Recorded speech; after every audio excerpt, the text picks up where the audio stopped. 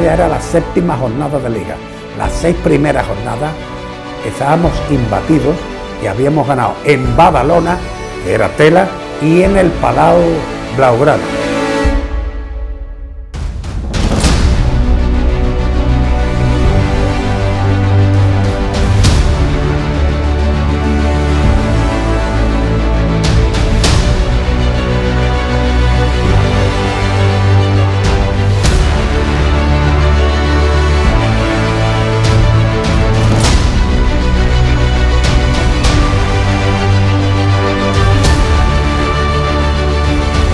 El primer gran boom del baloncesto.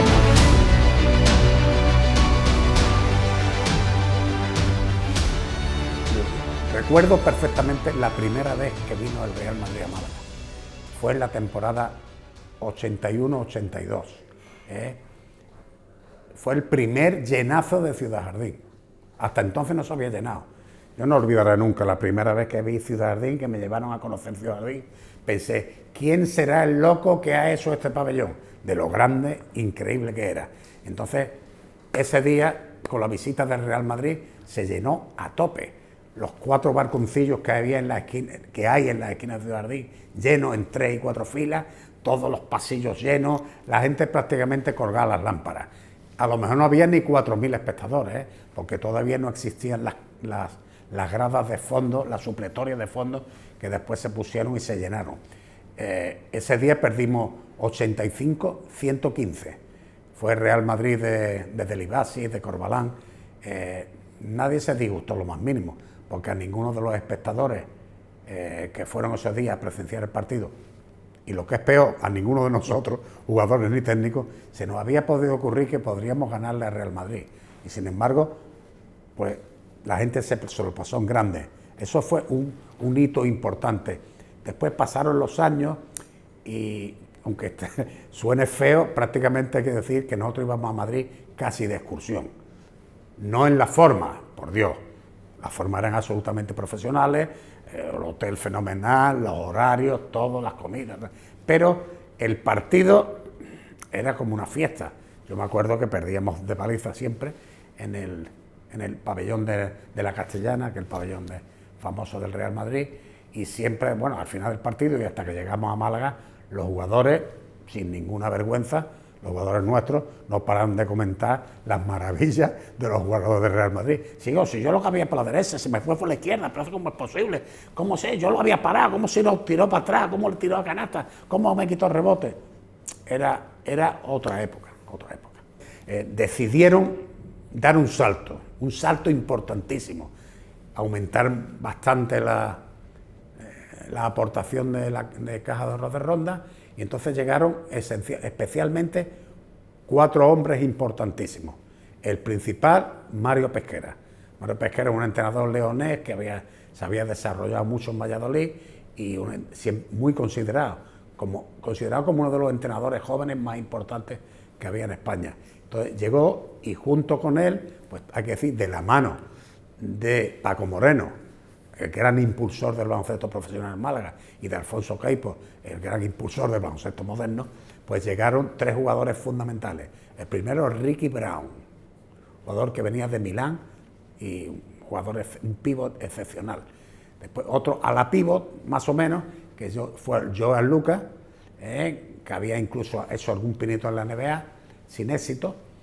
Y el tercero, un base madrileño excepcional, que hoy daría el cante en los campos porque su estilo era muy diferente, que era Fede Ramiro, pero fue un auténtico cerebro. Se jugaba a otros ritmos, es verdad. Cuando hacía falta un contragolpe también lo hacía, pero ejercía un control con mano de hierro sobre sus compañeros. Entonces la presencia de esos jugadores y de Mario Pesquera cambió totalmente la mentalidad del Unicaja, del Caja de Ronda. Ese Caja de Ronda ya se empezó a sentir capaz de ganar a cualquiera. De hecho, ahora nos extraña mucho que en octubre del 89 le ganáramos al Real Madrid, pero nos extraña más ahora que entonces, porque en aquella época, aquella era la 7ª jornada de Liga. Las 6 primeras jornadas estábamos imbatidos y habíamos ganado en Badalona, que era tela, y en el Palau Blaugrana. habíamos ganado 2 partidos y llegamos aquí imbatidos. Y nos cargamos al Madrid, éramos los primeros y seguimos siendo los primeros. Fue un partido que el otro día lo vi, cuando me llamasteis, lo vi, me mandasteis una copia y lo vi y es que era otro baloncesto, era otro mundo. La vestimenta incluso era diferente, de vez en cuando se tiraba un triple, de vez en cuando, el triple nada más que tiraban los especialistas, y los especialistas eran 1, 2 por cada equipo, no como ahora que todo el mundo tira de 3, el ritmo era muy inferior, se jugaba a 30 segundos, claro, era otra cosa. Entonces, a destacar que ese día, esto no se lo va a creer la gente, pero el Unicaja jugó con 5 jugadores los 40 minutos. Al contemplar la estadística por el minuto jugado, 40, 40, 40 y 40. Fede Ramiro, Pepe Palacio, Rafa Vecina, Joan Lucas y Ricky Brown. 40 minutos. Ojo, en el Madrid algún jugador, sobre todo Virukov, que yo recuerdo jugó también los 40 minutos. Quiero decir que no era una cosa de los locos del Unicaja, ni de la excentricidad de Mario, que también un poco, sino que era lo habitual. Los jugadores se jugaba a otro ritmo, no era necesario hacer tantos cambios y cuando estaban bien se les dejaba en el campo. Se les cambiaba cuando tenían 4 faltas y si quedaba mucho tiempo, si quedaba poco tampoco. Fue un partido extraordinario. El gran secreto de ese equipo, además de Mario Pesquera y Fede Ramiro, que digo yo que lo llevaba todo con manos de hierro y con una certeza absoluta, eran los 3 hombres altos. Nosotros teníamos una tripleta de hombres altos que la integraban Joan Lucas, Rafa Vecina y Ricky Brown, que superó con muchísimo a los 3 hombres altos del Real Madrid, que eran los 3 pibos, eran los hermanos Martín y Fernando Romay, y el tercer hombre alto era Cargol. No hubo color. El primer tiempo fue muy favorable a nosotros. Rafa hizo un partido extraordinario, Ricky Brown cogía rebotes fenomenal. Es que fueron muy superiores los 3 hombres altos. Fede Ramiro también hizo un buen partido. Y Pepe Palacio logró controlar a Virukov, que entonces era el jugador que metía desde fuera. Claro, es que el juego interior tenía mucha importancia. El éxito del equipo de Mario Pesquera fue el control que ejercía sobre el juego interior del contrario. A lo mejor cedíamos algunos triples, entonces se decía aquello de si nos quieren ganar, que nos ganen desde fuera. Eso era una frase que decíamos todos los entrenadores. Y Mario Pesquera organizó una defensa que él llamaba box, que consistía en centrar a los 5 jugadores en la pintura y no permitir que los jugadores del equipo contrario pudieran maniobrar poniendo la pelota en el suelo y tal. Y esto se llevó a rajatabla durante aquellos 40 minutos y durante todo el partido, y por eso vino ese primer gran tirón del Unicaja, que fuimos quinto 2 años seguidos. Esto quinto ahora es dificilísimo, pero entonces era imposible. Y jugamos 2 veces la Copa Korak.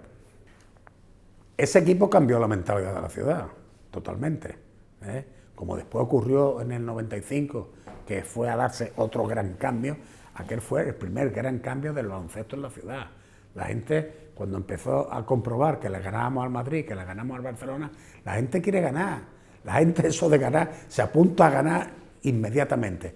En el pabellón el ambiente era impresionante, lleno absoluto, más que nunca, porque claro, es que entonces iba la gente, ese día sí fue la gente con la ilusión de que podíamos ganar, y fue verdaderamente fantástico. El ambiente en la ciudad, pues de sorpresa, de crecimiento, de cada vez más gente al pabellón, cada vez más socios, más abonados. Fue el primer gran boom del baloncesto en Málaga. Del año 69, sin duda con Ricky Brown, porque fue el hombre un poco que marcó la diferencia.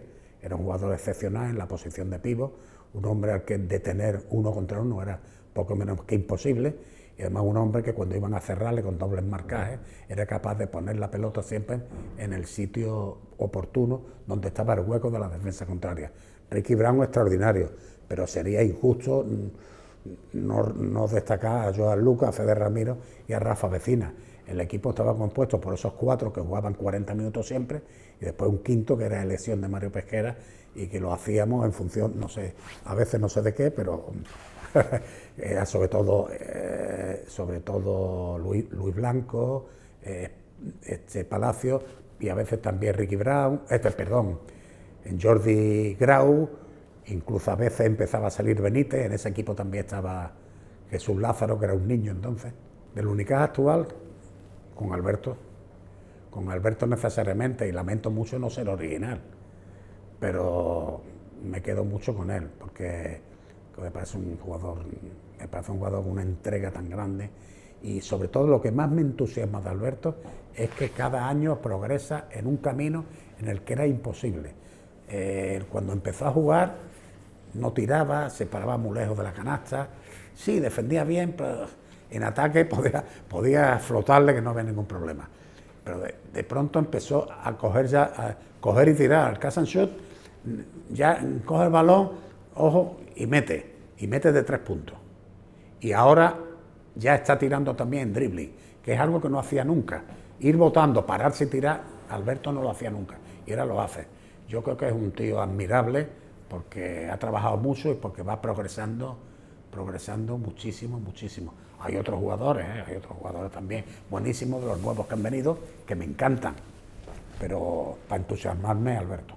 Para mí ha sido el mejor espectáculo de baloncesto en muchísimos años. Ver tantísimos grandes, porque hay muchos grandes jugadores que en los últimos años no han querido ir al Eurobásquet, o se han reservado, la NBA, pero este año parece que después de los años de no ver Eurobásquet, se ha volcado todo el mundo. Entonces, ver esos jugadores tan extraordinarios de todos los equipos del Eurobásquet, jugando al nivel, jugando con las reglas del baloncesto europeo y con las costumbres del baloncesto europeo, ha sido una auténtica revelación. ¿Para qué hablar de la selección española? ¿Para qué hablar? Bueno, por algo estaba dirigida por el entrañable Escariolo, el mejor entrenador que ha tenido la Unicaja en toda su historia, nadie lo dudará, y después, desde luego, lo que ha hecho la selección ha sido un auténtico milagro. Nadie, ni los padres de los jugadores, podían pensar eso.